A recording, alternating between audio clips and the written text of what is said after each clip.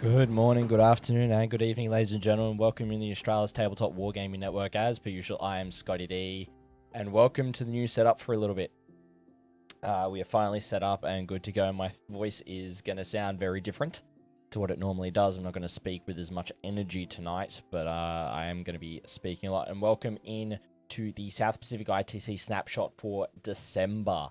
We do these snapshots once a month, where we look at the South Pacific ITC rankings, the teams, the meta, the players, and the events that have occurred and that are coming up. And these are great information, particularly as we head into Adelaide Uprising at the end of January. We've got one more snapshot that'll happen before the tournament of Uprising that we are covering here on the ATWN, which is going to be awesome. So, without further ado, ladies and gentlemen, let's jump straight on in to the snapshot for today. I also want to thank everyone who is joining us live here on Twitch, or if you are watching the video on YouTube afterwards. Thank you so much for joining us, and I hope you do enjoy this snapshot. So, December 8th, this is where we currently stand, including the last weekend's data. Now, it does look like the ITC standings are a little bit behind, because I know Victorian Team Champs did happen, and that result is not in there as well. So, for your top 10 players in the South Pacific currently, in first place, you've got Brodie Middleton, sitting on 1,219 points, with all of the top 10 have got 6 out of 6 events at this point. So yeah, really solid to see Brodie up the top there. In second place, you've got Matt Morrisoli of Art of War down in Victoria, sitting on 1,178 points. In third place, you've got Mr. Alex Inglezos, Alex the Greek, of Art of War, coach as well as a member of the ATWN here, on 1,170. So he's actually not that far. He's only about 50 points behind Brodie Middleton. If he can pull out a solid result to replace one of his existing scores and then do well at Uprising and beat Brodie at Uprising, he could potentially pip him to the post. Same with Matt Morrisoli, of course. In fourth place, you've got Joshua Brodie, who is sitting on 1,156 points, and with Adam Napier rounding out the top 5 at 1,137. Welcome in, Buddy Minis. Great to have you joining us. Same with Hecatone. Lovely to see everyone jumping into chat. Hope you're all doing well. In sixth place, we've got Dylan Cowan from down in Victoria, sitting on 1,131 points. In seventh place, we've got Michael Wood from South Australia on 1,096 points. In eighth place, we've got Carl Pearsons from New South Wales, I believe, sitting on 1,093 points. Ninth place is Jordan McGregor from South Australia from memory, sitting on 1,090 points. As well, to round out the top 10, we have got David Truman sitting on 1,069 points, of course. So, really solid top 10. They've all got over 1,050 points, which is what you want.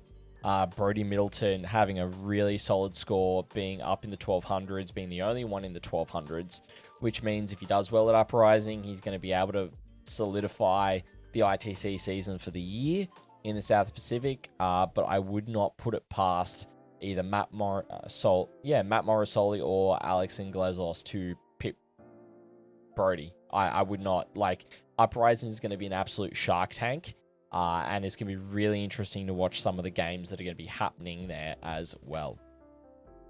So, we are then going to jump down into the top 5 teams. These are the top 5 teams in the South Pacific region, which currently we have got Chadmec in first place with 2,067 points. So the way that team rankings work, if you aren't familiar with them, is that every player in the team only gets to contribute 3 scores. Now, I will note that I believe both Brodie Middleton and Alex Inglezos are a part of Chadmec, so you can expect their score to be pretty high and going in towards this ranking score here for the guys. In second place, you've got the normal blokes from out in Queensland, around the Brisbane area, North Brisbane, I believe, and they're sitting on 1,900 points. Then you've got the power stances from South Australia just behind them on 1,899 points, so the normal blokes are only pipping them by 1 point. You've then also got the Northside Alliance sitting on 1815 points. Also, TNA up in Queensland as well, strong representation there. And then the Comrades, which I believe are either a Victorian or South Australian team, are sitting on 1811 points. So really, after Chadmek being 150 plus points ahead right now, you can see that there's only about 90 points from second to fifth in terms of teams. So it's really going to come down to how the teams perform at Uprising to see who comes second or third. And we're going to go from there. Next up, we're going to jump into the faction rankings. Now, something I'm going to do new is start to mention their factions' win rate since the most recent balanced data slate, which is really important. Now, I'm doing that so it includes both the Tyranid Index and Codex, Marine Index and Codex. Currently, we do not have the Necron or AdMech codexes out as of yet, as they are actually delayed here in Australia and New Zealand and several other parts of the world. So who knows if we'll actually get those codexes before Uprising. It may end up being the old Tyranid Codex of a couple of years ago where it took forever for us to get them. But these are all the factions that the top 10 players have played currently as well, which is really good to see. I think there's about 25 factions in here, which is really important to note. So a lot of diversity in the top 10 and what the top 10 have played throughout the season. First up, we've got Eldari that is sitting on a 60% win rate since the balanced data slate, so very much needing a tone down in the next one, with Ben 1 in first place on 642.38 points with 4. I think majority of these are going to be 4 out of 4 events played. If they're not 4 out of 4 events, I will mention them. You've then got 4 Tyranids, Mr. Alex the Greek, Alex and Glezos coming in at 734 points. Then the Tyranids actually aren't sitting too badly. They're at 47% with a 0.8% overrep, thanks to our friends over at StatCheck. Love the work that they do with the meta dashboards as well. Then we've got Ash Militarum, which is Mr. Adam Napier is in first place there on 726 points. Ash Militarum at the moment are sitting not too great on a 46% win rate. They are just below kind of Grey Knights and Tyranids, but they're just above that 45% area at the moment.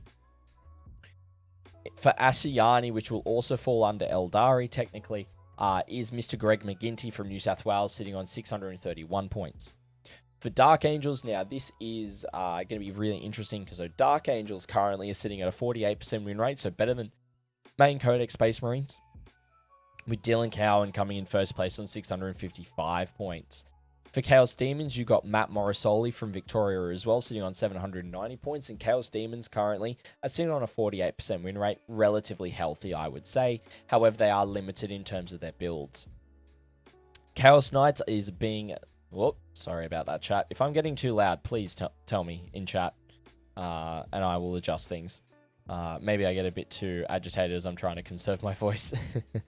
So Chaos Knights is led by Nathan Princey, who is sitting on 662 points. And Chaos Knights at the moment actually are doing quite well for themselves on an even 50% win rate, which is great to see. Really great to see for them. Then we've got Grey Knights, which is being helmed by Lee Clark on 499 points. However, Grey Knights are on a 47% win rate as well, very similar to Tyranids. So it's good to see them getting up there and being in that good zone. You got Adeptus Mechanicus, which is also being helmed by Mr. Alex and Glezos at 772 points. With AdMech sitting on a 48% win rate before the Codex, it's going to be really interesting to see what impact the Codex does have on them. For Hive Fleet Behemoth, we also have Mr. Alex and Glezos, because that's his choice of sub-faction pre-10th edition, on 414 points with 3 out of 4 events played. Obviously, Tyranids are being on a 47% win rate at the moment. Then we've got Red Corsairs, which are Chaos Space Marines now, which is being helmed by Joshua Brody, sitting on 604 points. And Chaos Space Marines at the moment are one of the problematic factions, being on 57% in terms of their win rates, with 1.4% overrep, which means they're doing really well. 10% of the time, they've got a 4-0 event start as well. which is massive, and they have actually won 17 events since the balanced starter slate. So it's really important that in the next one that Chaos Space Marines do get maybe a points adjustment, maybe some rules changes. We don't know what will happen as of yet, but I think it's important to kind of tackle them because they are starting to nip at the heels of Eldari. You have then got Gene Stealer Colts, which is being led by Stuart Trainer at the moment on 739 points. Now, Gene Stealer Colts took a bit of a hit after the balanced starter slate, and they're sitting on a 49% win rate at the moment, which is pretty solid, I would say, going into the later half of the season after the balanced starter slate in 10th. We've then got Ultramarines, which is being held by Liam Fletcher on 592 points. And Ultramarines obviously falls under Space Marines, and Space Marines are struggling at the moment at 45%. They are just at the bottom there. If you take away since the balanced starter slate and you just look at Codex Marines, they're actually 44%. So it's really important that the next balanced starter slate, next points changes, we actually see some stuff happen for the Marines as well, because it seems as though the Codex isn't necessarily performing the way GW have intended it. We've then got Drakari, which is Mr. Matt Lane on 519 points. And Drakari are one of the lowest factions at the moment. They are sitting at 44% since the balanced starter slate, getting some love in it. But at the same time, they do need a bit more of a boost for how they are performing in the game. So continuing on, we have got the Leagues of Votan, which is being held by Gary Morris, sitting on 691 points. Leagues of Votan is just above that 55%, sitting on 56% win rate currently, and they are doing quite well in the meta. They've got 8 event wins since the balanced starter slate, which is kind of important because outside of Eldari and Chaos Space Marines is actually the most event wins as well. So that's kind of important to note. We have then got Iron Hands, which again comes under Space Marines, but you've got Michael Hamilton sitting on 497 points with only 3 out of 4 events played. So if you're able to get in 3 events and 3 really good scores, you could pip Michael Hamilton at Uprising to get first place for Iron Hands. We've then got Adeptus Sororitas that is being helmed by Ryan Jones, currently sitting on 529 points. Now, Adeptus Sororitas are actually faring particularly well. They're sitting on an even 50% win rate at the moment, but we've seen them get a few event wins. Actually sitting on 5 event wins since the balanced starter slate as well. Really important to note there. So it could be a sleeper faction going into the next season once people have got a good grasp on what the Siskins can do. We've then got Salamanders, which again falls under Space Marines, being helmed by Ben Hader, sitting on 558 points there as well. One of the New South Wales guys, great to see up there, helming his faction, doing an amazing job there. Then we have got Khorne, which is Michael Wood, who's sitting on 554 points with 3 out of 4 events. Now, I will say that this is just the Khorne super faction. This isn't Khorne Demons or World Eaters. We have then got Death Guard, which is going to be helmed by Richard Hill from New South Wales, sitting on 667 points. So Death Guard, actually, funnily enough, is sitting quite decently at 49%, so they're in that middle. So doing quite well, with a lot of other factions being either equal to or less than that, which there's a lot more factions below the 50% than there are above the 50% mark, which is really important to note. You've then got Necrons. You've got Igor Kalanen from New South Wales sitting on 740 points with 4 out of 4 events as well. Really solid scoring there from Igor. With Necron Codex about to drop, there's a lot of changes in it that are going to change up the Necron meta. And I think it's potentially going to see their win rate drop a little bit further, maybe from 46 to 45, maybe even 44 and fall out of where they once were, despite the points changes and the rules changes that they're getting to have the points in line with those changes. We've then got Khorne Demons, which again is Michael Wood. However, he's only sitting on 272 points on Khorne Demons with 2 out of 4 events. So if you want to rep a faction and potentially come first in a faction for the season, you have time, get your Khorne Demons together, get out, play Khorne Demons at a few tournaments and Uprising, and you might be able to pip him at the post there. Then we've got Orcs up next, which is Kyle Pearson from New South Wales, sitting on 735 points. Now, Orcs are really interesting at the moment. They're actually one of the highest bracket win rate factions. So they're in that below that 55%, sitting at 52. But they are only the second highest faction in that bracket. Everything else is either below it or there's the one above it, which is World Eaters, and then it's above the 55%. So Orcs have been really well balanced, really well strong in the current game, and it's really good to see they're consistently performing really well at that 52% win rate. Then you've got Imperial Knights, which is being helmed by James Marn out of South Australia. He's on 735 points. Then for Orcs, again, we've got Goth Orcs, however, which is Hugh Titchener on 531 points. Now, a lot of his scores were before 10th edition, so that's why it's under Goths, which is perfectly fine. We have then got Thousand Sons, which is Jordan McGregor, sitting on 728 points. Then Adeptus Custodes is Nathan Princey from New South Wales, sitting on 662 points.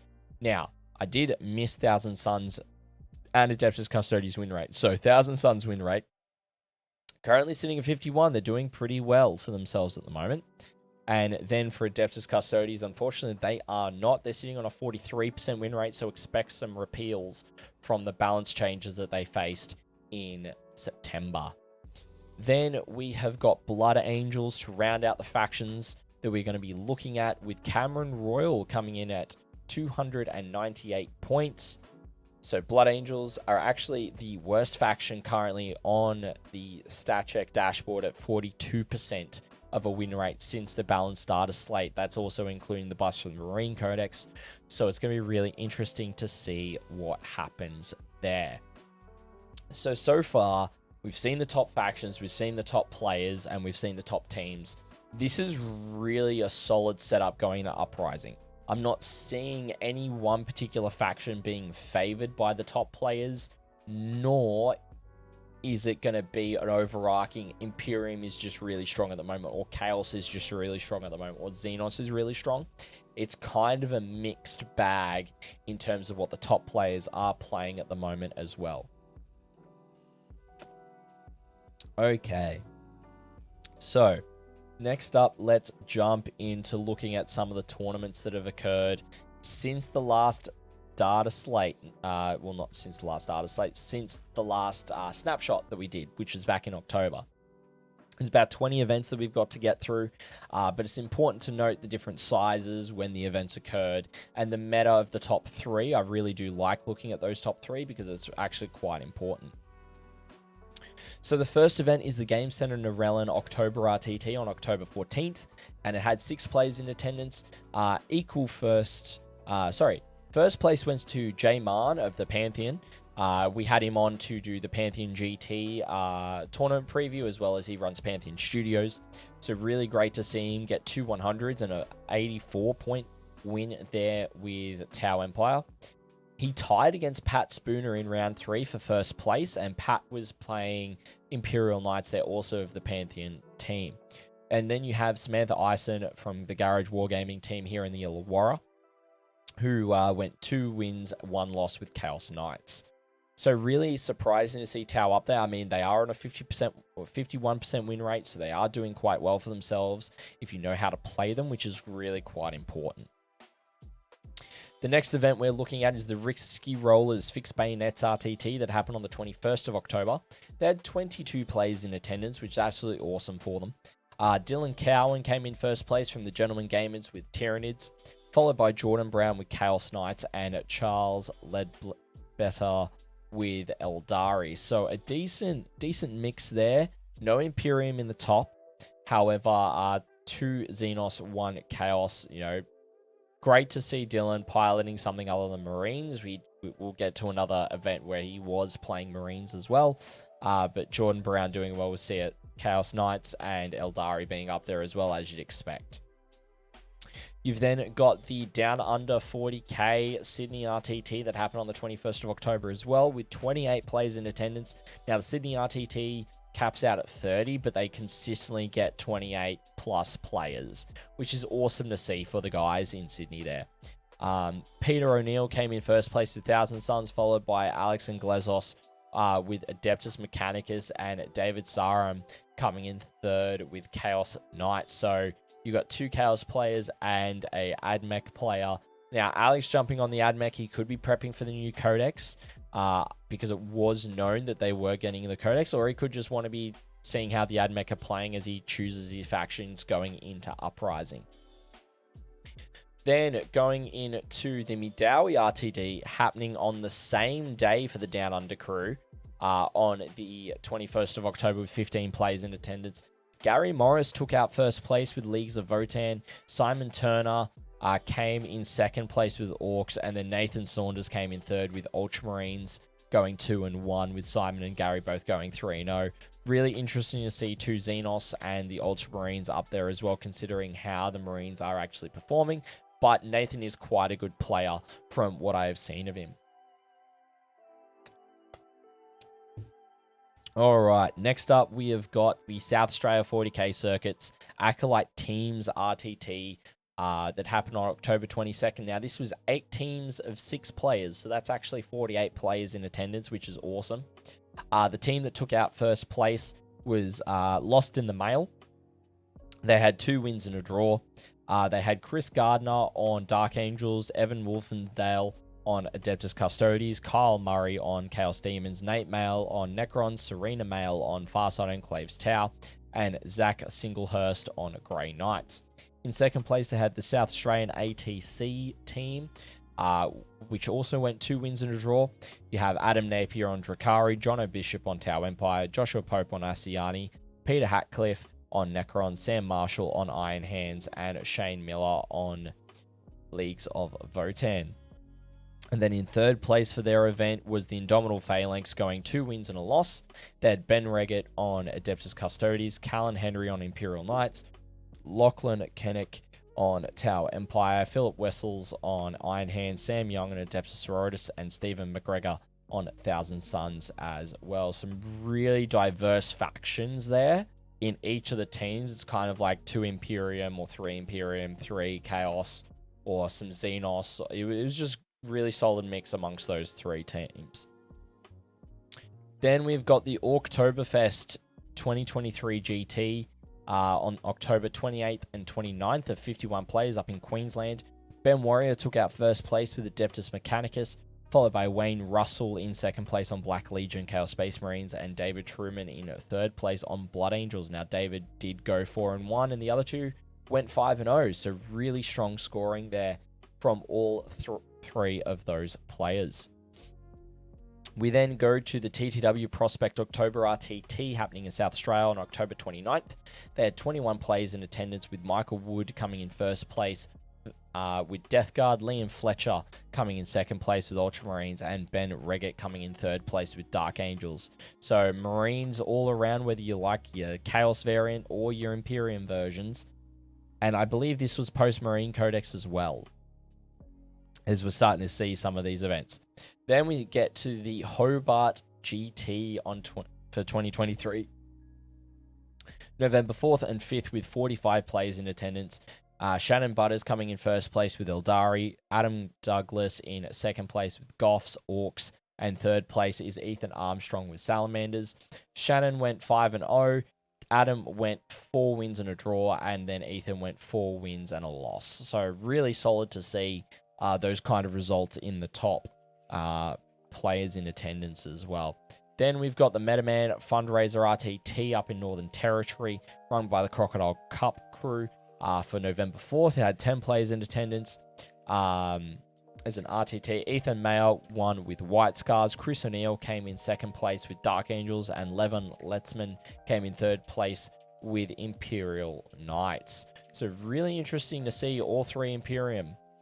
All 3 of them were the Space Marines or Imperium up the top. Then next up, we have got the Fight for Glory RTT happening in South Australia on November 5th. They had 34 players in attendance for this one, which is insane. They have 5 players undefeated. So I've only got the top 3, which is Ben Wan on Eldari, James Scott on Chaos Knights in second place, and Sam Young in third place. He does not have his faction listed, unfortunately. Then we have got the Risky Rollers Open GT that I was down for commentating with Lockie from the Risky Rollers on both the ATWN here and the Risky Rollers YouTube channel, which is absolute pleasure to be joining them. I'm planning on joining them again in the future, which is going to be great. We have got, in first place, you've got Matt Morrisoli on Chaos Space Marines, Reese Cunningham in second place on Adeptus Sororitas, and Ben Karabar on Chaos Space Marines as well in third place. It would happen on the 11th and 12th of November with 26 players, so really solid event. It was great fun to be down there with those guys and getting to know them and spending time with the Victorian scene, as it's something I don't get to do all too often. I'm more in South Australia, New South Wales, hoping to get up to Queensland a bit as well. Hey Archeon, how you doing? Welcome in, welcome in. We have then got the Gladiator Gaming Teams Tournament for 2023 on November 11th and 12th as well. They had 21 teams of 5 players.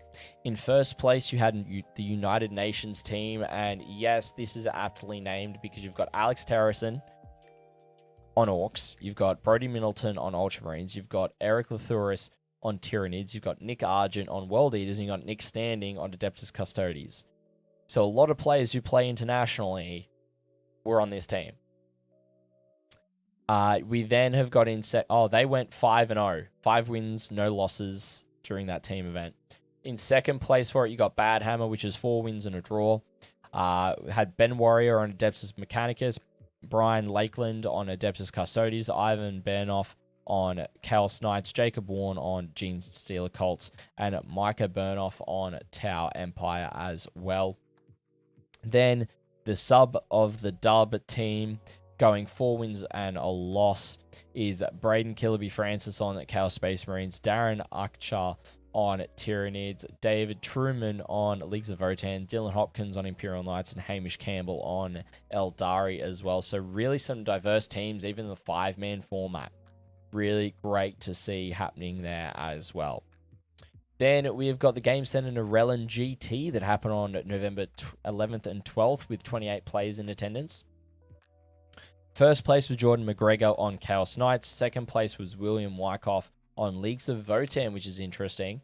Followed by Zach Futura on Chaos Knights as well. Great to see some well-known names in the New South Wales scene up there as well, with Will being the captain on the New South Wales ANZTC team this year.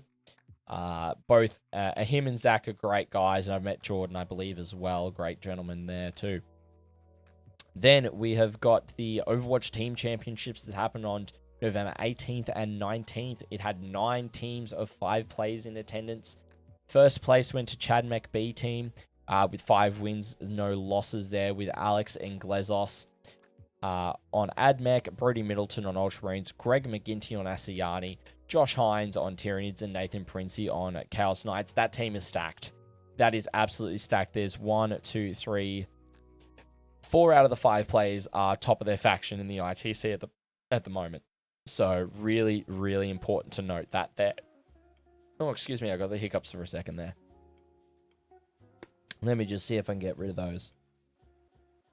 Then the next team in second place was Team Gunline. They had 4 wins and a loss, which is Arian Fanian on Space Marines, Ben Tinker on Chaos Space Marines, Cooper Fitzgerald on Tau Empire, Michael Rutguy on Leagues of Votan, and Taylor Hill on Gene Stealer Colt. So really diverse. I've met these guys as well. They're a great bunch of guys. So New South Wales team is just full of great people. And that's what I'm so excited about, being in New South Wales once again, being able to get to these events and hang out with these guys, because it's a really solid community, which I absolutely love. We've then got Kirby's return to Dreamland Deluxe, which went 3 wins, 1 draw, 1 loss. He had Brad Milner on Orcs, Chris Wright on Adeptus Astartes, Michael House on Gene Stealer Colts, Tim Matsuda on Eldari, and Will Wyckoff on Leagues of Votan as well. We then come down to the TTW Prospect November RTT, which was on November 18th, which had 13 players in attendance. Kyle Murray took out the event with World Leaders, followed by Ben Wan on Eldari and Simon Hansen with Adeptus Mechanicus rounding out the top 3. We then have got The Down Under 40K Sydney RTT for November on the 25th of November with 28 players in attendance. The Sydney guys consistently 28, 28, 28. It's awesome to see. With Kyle Pearson's winning that event on Orcs, John McGregor winning with Chaos Knights, and Josh Brody winning. Kyle Pearson won. John McGregor was second with Chaos Knights. Josh Brody was third with Ultramarines.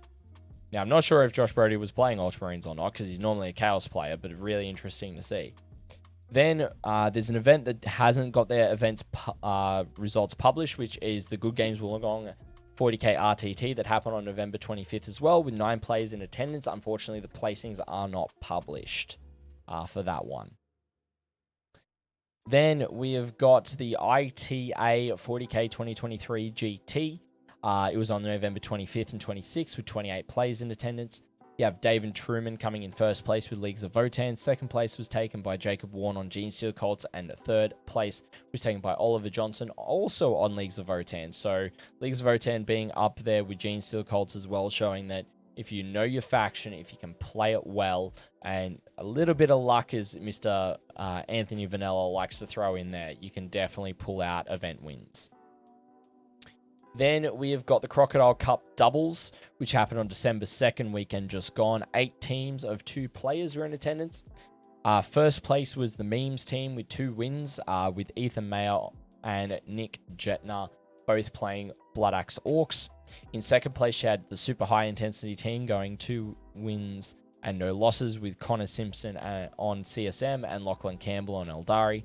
And then in third place, you have the Dirty Girls 2.0, which also went 2 wins, no losses, which is Levin Letzman with Colt Mechanicus, so Admech, and Mark Graham on Necrons there as well. And the final event that we have got is the Perth 40K Masters GT for 2023. So the WA Masters had 50 players in attendance over December 2nd and 3rd. Lachlan Rigg, who is now a Vanguard Tactics coach, took out first place with Chaos Space Marines with 4 out of 6 100s and the other 2 scores in the 90s. Alex Frisch in second place with Chaos Knights, and Matthew Crosby in third place with Night Lords, so CSM. So all 3 Chaos are up there. 2 CSM players, really strong to see, really great to see as well for how things are going. Now, before we jump in any further, ladies and gentlemen, I want to thank everyone who does support the ATWN financially, whether that is through subscribing to us here on Twitch, whether that's through our Ko-Fi page, whether that's purchasing merchandise, or all the tournaments that also have us at their tournaments and have us provide our tournament coverage services. Without you guys and your financial support, we wouldn't be able to do as much as we do. So if you do want to check out our Ko-Fi page, feel free to check out the link that I'm throwing up in chat, or if you're on YouTube, check it down in the description below as well, where you can support us from either 5 or 10 Australian dollars a month. You can get coaching, whether that's hobbying or gaming from myself for that, or even community organization and tournament running on that side of things as well that's available. Or you can give a one-off tip, but no pressure to do so considering the times we were in. Any support you do provide, even if it is just subscribing to our YouTube channel or following us on Twitch and just hanging out in chat, is still really greatly appreciated as well. So I just want to give you guys a bit of a shout out there as well. So let's jump straight into, kind of overcorrected there, the tournaments that are coming up. We've got the Road to Adelaide Uprising, ladies and gentlemen. These are some of the last events that you'll be able to attend in the South Pacific to get your points before Adelaide Uprising on the Australia Day long weekend. So if you are in these states, if you're in these areas and you haven't got tickets, or you haven't been able to, make sure you get signed up for these events and going along to them now as well. First up, we've got Papa Nurgle's Fist Fight for Glory doubles tournament on December 10th and 11th. This is in Modbury, South Australia. It's got 40 teams of 2 players, so that's 80 players, and it is sold out. It is sold out. It's a GT level event, which is awesome to see happening this weekend. So if you want to go check out some competitive 40K, make sure you head over there as well. You got the Down Under 40K Sydney December RTT happening next weekend in French's Forest in New South Wales, so North Sydney. It is already sold out as well with 30 players in attendance. So they've got a couple more coming up that I've got listed. So make sure that if you haven't got tickets for those ones and you want to get some points before Uprising, you head over to those. We've then got a very TNA Christmas. Well, they've got Xmas on the event on December 16th as well. It's in Albany Creek, Queensland, with 16 teams of 3. So it's a 3-man teams event. I first saw this in Canberra a couple of weeks ago. As far as I'm aware, it went pretty well because 3-man teams is starting to take off a little bit. And tickets are still available as they have not filled up all of their team slots. So if you're wanting to play in a teams format that doesn't require 5 or 6 players, check it out. It'll definitely be a good one put on by the Northside Alliance guys. Then we've got the Game Centre Narellan December RTT happening on December 16th at Smeaton Grange in New South Wales. There are 20 players available to play, and tickets are still available. They have not filled out for that tournament, so if you want to play at a New South Wales RTT on that weekend but can't get to the Down Under 40K one and you're willing to make the trip to Narellan, head out there, grab a ticket, play some 40K, and support one of the local stores. We have then got the Christmas Carnage tournament happening on December 23rd at Prospect, South Australia, with 22 players in attendance. It is already sold out. 2 days before Christmas, people are playing 40K and it's already sold out. Goodness gracious me, you guys in South Australia are nuts. Then on January 2nd, we've got the Down Under 40K Sydney RTT, which is one of 2 January RTTs they're running in Frenchs Forest in New South Wales. 30 players once again. Tickets are available for this one. So if you want to jump on New Year's Day weekend, playing some 40K, that would be the best chance to do so.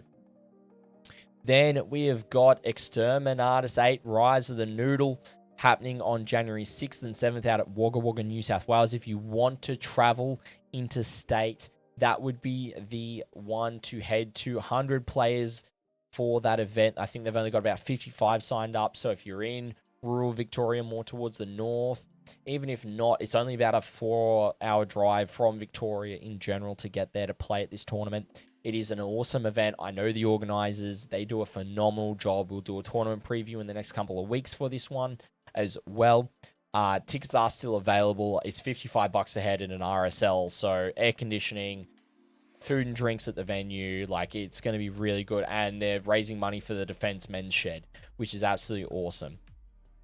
Then we have got, after that, we've got the Auspicious Open, which is on January 13th and 14th in Cranbrook, Queensland, with 16 players in attendance. And I believe tickets are still available for that one as well. Then you've got the Down Under 40K Sydney RTT happening on January 17th in Frenchs Forest, New South Wales, with 30 players in attendance. Again, tickets are still available for that one if you're keen to jump on a tournament the weekend before Adelaide Uprising, get some last-minute practice in with your list, get it finely tuned, because I'm not 100% certain when Adelaide Uprising's list submission window is. So if it's the week of or if it's before that, you may just want to be practicing with your list for Uprising, or play something different to throw a curveball with those that you're attending with. Then you have also got Adelaide Uprising itself, the season-ending event happening on January 26th to 28th in Highbury, South Australia. 240 players. As far as I'm aware, tickets are still available. They've only got over 200 sold, so there's about 30 odd tickets left if you are keen to jump on it. $150 entry for 3 days of 40K, 8 games over those days. The ATWN will be there streaming all 3 days. More than likely going to be streaming the top cut from day 2 onwards as well, or potentially day 3. We don't know how the top cut's necessarily going to work, but we'll be covering that as well. But there you have it, ladies and gentlemen. That is all of the events that you can attend in the next month and a half before Adelaide Uprising, which is absolutely phenomenal. I'm really excited to see how the rest of the season pans out, where the rankings end up. We may even have get some of the circuit leaders, or, get Alex the Greek on it and kind of do a circuit recap at the end, looking at who took out first place and such, and celebrating those guys and talk a bit more about it after Uprising. Who knows? I'm going to concoct some stuff and chat with some people.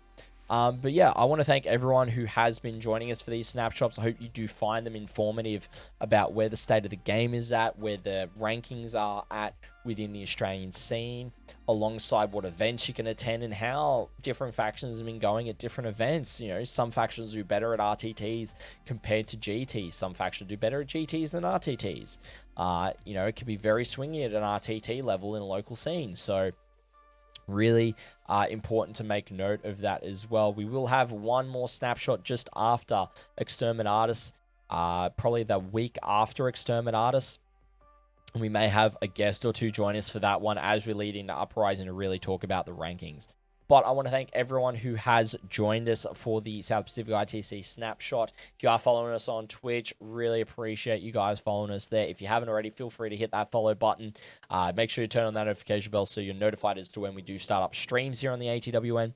If you are subscribed over on YouTube and you're enjoying the content, feel free to leave a like. If you haven't subscribed already, feel free to subscribe to our YouTube channel as well, so you're able to catch more content that we are coming out with as we head into the end of the 2023 season and into the 2024 season as well. But ladies and gentlemen, I've been ScottyD for this South Pacific ITC Snapshot, and I'll catch you in the next one.